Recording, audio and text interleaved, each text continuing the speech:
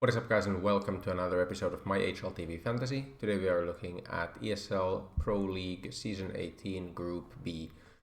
First of all, Group A didn't go that well. Apex and Zaiwu did as expected, I would say. I believe Spinks may have been better in terms of points, but that's not really what lost it for me. It was the three other players. Gamer Legion was very disappointing here after looking quite good in previous events, whereas like other teams did well. Martinez was also not the best gamble, because even though Movistar actually did quite well, Martinez himself didn't. Like, if you look at Group A, Movistar actually made it to the upper finals, which makes at least them like a decent pick. But the problem is, of course, that Martinez didn't really frag in any of the series. He wasn't really what I expected of him coming into this. Not like horrible, right? But with like 20 points, but definitely not enough. Whereas like Furia players absolutely farmed some of the games. So unfortunate, but this is the kind of stuff that happens. Going into the next one, it really it does line up quite well for Heroic again. Like, if you look at this, they are super likely to make it to the upper finals in my eyes. Like, yes, they could lose to like a Monty, for example. I think Monty is stronger than Big for sure. I do believe there's a chance or a world where Monty could beat Heroic in this upper semis. Big could also beat Monte, but in that case, I would probably give the edge to Heroic every time. In the lower bracket, definitely ENCE are the favorites, especially with how well they've been playing lately. But it's not as clear in the second matchup. If Mouse win, for example, there's definitely enough firepower on this team to make stuff happen. EG, I wouldn't expect too much of. MIBR neither. Rooster is here to get farmed, and then yeah, these two. There's like, the thing is with like Mantu and other people's price, they're quite cheap for their potential output, so there's some odds. Similar to Martinez, I would say, is someone like Mantu, for example, in that he's the opera for a team who I expect. Well, I guess I actually expected Movistar to do better, and they did quite well. This is the annoying thing about Group A, by the way, is that I kind of predicted that Movistar would do well, which they did, but still I wasn't kind of rewarded for that, because it wasn't Martinez putting up the frags, it was all the other players. So it's unfortunate, but it happens. But either way, these are the most picked players, and honestly, it's hard to go against a lot of these players. Shui is the standout cheap option, because there's just not great cheap options apart from him and Snuppy, I would say, from the under 200k players. Yeah, I mean, there's some others. You could go for like a Krasnal, either Samdayang or Bro, and maybe some of the big players. I wouldn't touch someone from EG or MIBR or Rooster for this. I just think the potential like lack of points is just too high. Where Shui has definitely, like, he has potential to frag, to be like a fragging IGL. If you go for a larger period of time, we've definitely seen him frag for teams he's played on, teams he's IGL'd, and it's very obvious why he's the most picked player, the best cheap option. So for me, he's kind of a lock-in. Even if I don't go double mouse, I think this is the obvious third option, or fifth player, I mean. But then I do think it's a matter of which ENCE and Heroic players I want to go with. I could see double mouse doing well. I could see double Monty doing well if they pull off upsets in this one. The thing is, Heroic have been dealt such a good hand here again, with the first match being against Rooster, who are the easiest matchup that they could have. And then Big and Monty should both still be teams that they beat. Whereas ENCE Mouse could be a really good matchup if both of them win their opening matches. But this is where it comes down to like which heroic players do you want to go for, and which ends players do you want to go for. I think with heroic, it like anyone can do well.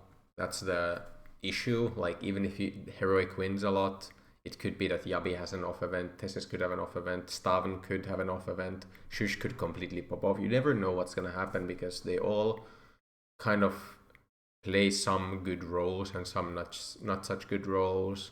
They all kind of play as a team in that one map. The player who gets all the like first spawns might have to always entry, and things like this matter quite a lot for heroic especially. So these things make them all about equal in my eyes, and it always comes down to pricing for me, which heroic players I want to go for. From ends, it's probably difficult to ignore picking Snoppy just because of the way prices go. So everyone except for Snoppy out of the ends and heroic players is over 200k. Like you probably can do something like this, right? And this uses all of your money, but then you're still having players like Modern and Diha, and then like you have the cheapest other options in both of these other teams essentially, except Sush. Like this is a completely fine team. If you want to go for this, I think this is a team that I would give. Like I would make this if you're not thinking about anything. If you just pick the most picked players, if you just have a very basic lineup, want to have a basic lineup with Ents and Heroic, this would probably be the best lineup. Maybe you don't want Yabi, because he's actually been having quite a poor time lately. Let's see. Actually, his Gamers 8 was better already. Like his Gamers 8 was actually good. It's just Cologne where I at least had him, and it was just not a good time to have him, but maybe it was just an off event. I would hope so. He of course had like really good events before, like Dallas was great. Spring Finals was insane for him. So we know what his like ceiling is, but this goes into just what I said, like one event heroic player goes negative, one event he goes really high. One player I'm really considering in heroic though is Staven, because he's consistently shown that in group stages he can put up really good stats, right? Like we know him as this kind of player who's not too great outside of group stages. Like he's still gonna put up stats, but not to the same extent as in group stages. So if you want to look at, for example, group stages, I'm not sure if I can actually. If I go EPL, can I just look at only group stages? I don't think I know how to do this. But maybe if we just go live matches, we can see like. I assume these are like the first matches. No, this is EPL non. I really don't know how to look at only groups. But either way, well, we know that Staven is a player who usually does better in group stages and lower pressure games. And that's what these games are. So something I'm definitely looking at as a lineup is something like this, where instead of essentially from the what you could call the template lineup of having Tessis and Marden in, I go with Snoppy and Staven. Snoppy being the IGL offense, but still we could call him a player who definitely has the potential to do well, who can frag for his team. I know that the last few events he hasn't done so, but if we go looking at a wider amount of games, there's definitely events where he's done okay for himself. It's not ideal, but he's also quite cheap for a team that does expect to win games here. Like essentially, and also he's an aggressive player for his team. Like he does take a lot of duels. I could see him definitely get a really good rating against a team like EG. Maybe less so against Mouse, but maybe that doesn't matter either. And the bottom line is that I don't know if he's that much better than a Modern. Like over $10,000 better than a Modern. I probably wouldn't go for San Payus just because his price point is just too high.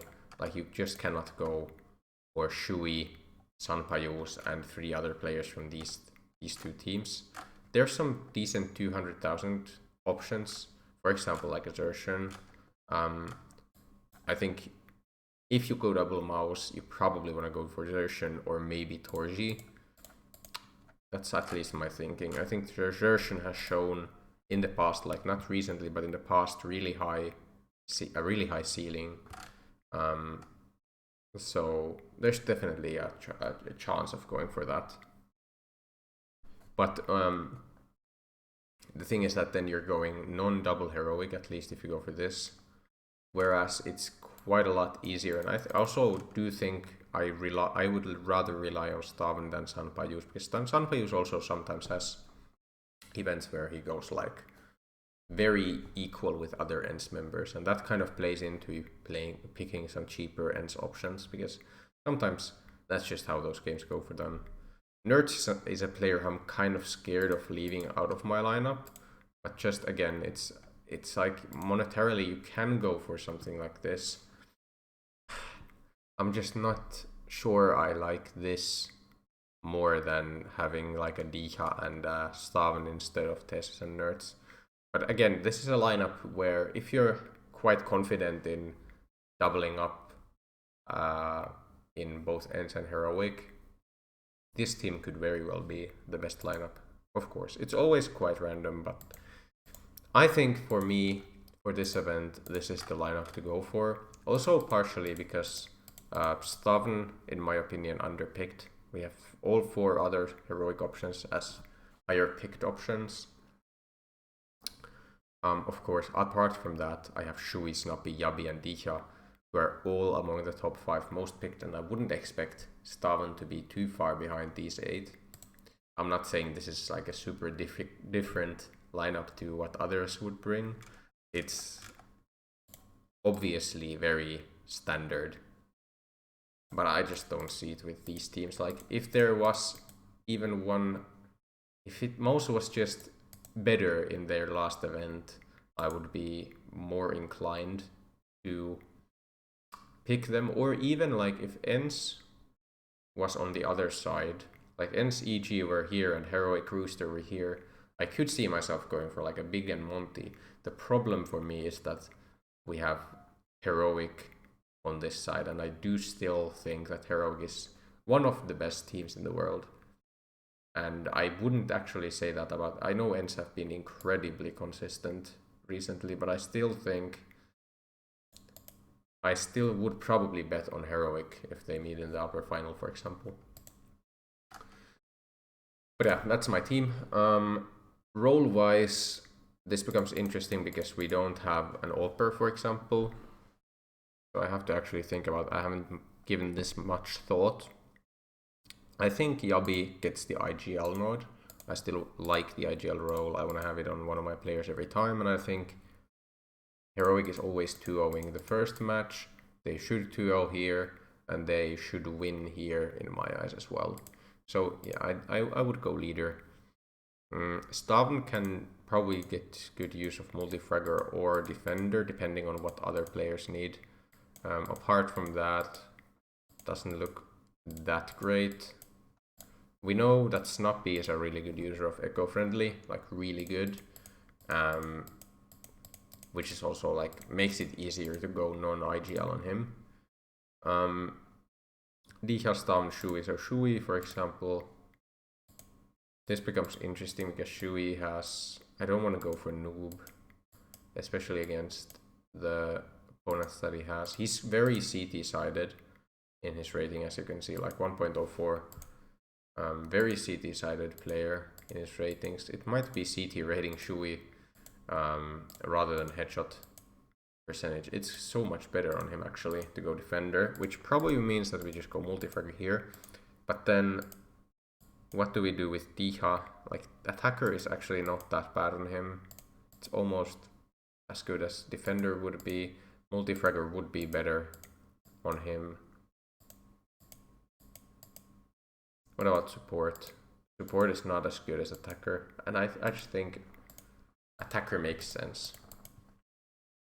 Because he's gonna have these matches where he's gonna be even with 0.95 T rating, I still do favor T rating for him.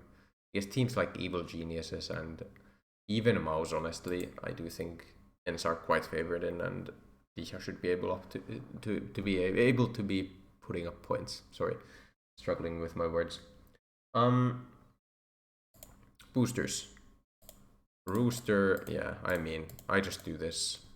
If it doesn't work, if somehow Rooster pull off an upset, then whatever. That's what happens. KSD on Staven makes sense. These are, as if you've never seen me put on boosters, this is essentially, these are the kinds of boosters I want to use in the first round. So like this, because it just is the most secure way of getting points from this, because there's also a potential way of losing points with this booster. So it's important to use it in a situation where you're as sure about the result as possible. You could of course use it on something other than leader, but I just think this is the best way of doing it. Also the trigger rate, I think it's a bit of a stupid way of putting up the trigger rates, because why would you not just have it be like the top high prior? You should just have it like you have roll points like this, because this doesn't tell me anything, the trigger rate. But maybe it's too difficult just because it depends on the roll, right? Snoppy, for example, Farmer of course makes sense, but maybe against EG I would rather, because he's probably gonna have more gun rounds, like rounds in which he has a gun in his hand. It could make sense to have a different booster. Staven Avengers 70%, that's so high. Also with bait 70%, interesting. Headshots, Yabi headshots. No, we have already Yabi. What about Chewy? Against MIBR. Also MIBR not the easiest matchup that he could play against. I think we save Chewy bottom of scorecard against Ens. So maybe I can just use this clutch booster here against MIBR. Let's see. Snoppy.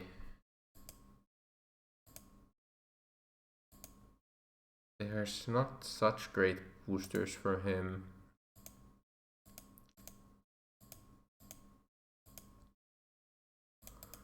Not really sure what to put on Snoppy. I do want to put something on him here for sure. Like even if it's not something, maybe this is the best way of doing it. Even though he has lowest quad kill potential, I think it's quite a lot higher against a team like EG. And then this is not like the best booster for a lot of my players. And I want to use this later on the Farmer. Like I'll use it next round. What is this? Cannon fodder. Okay, so we actually have 3 of these kinds of boosters. But he's gonna play at least 3 games, I guess. So I could of course save boosters. Maybe I just save boosters. Must not be. Because there's so many stages of this, right? Like they're gonna play it here. Like even if Ens lose a couple games, they're still gonna go here or whatever. And then, I mean, Ens is not gonna do, that's not gonna happen to Ens. And I don't think that's gonna happen to any of my teams here. Maybe Mouse is the closest to that happening. But I'll just leave it like that, I think, for the first round on Wednesday. But yeah, I hope you guys enjoyed this video. If you did, leave a like and subscribe to my channel. Yeah, hopefully you had a better Group A fantasy than me. If you want, you can leave your lineup in the comments down below. I'll give my short thoughts on it, tell you if I find it good or not. Of course, look, I haven't had the best of luck, but I still think there's usually a pretty sound explanation between the picks I make. But yeah, if you guys enjoyed, leave a like, subscribe to my channel, and I will see you in the next one. Goodbye.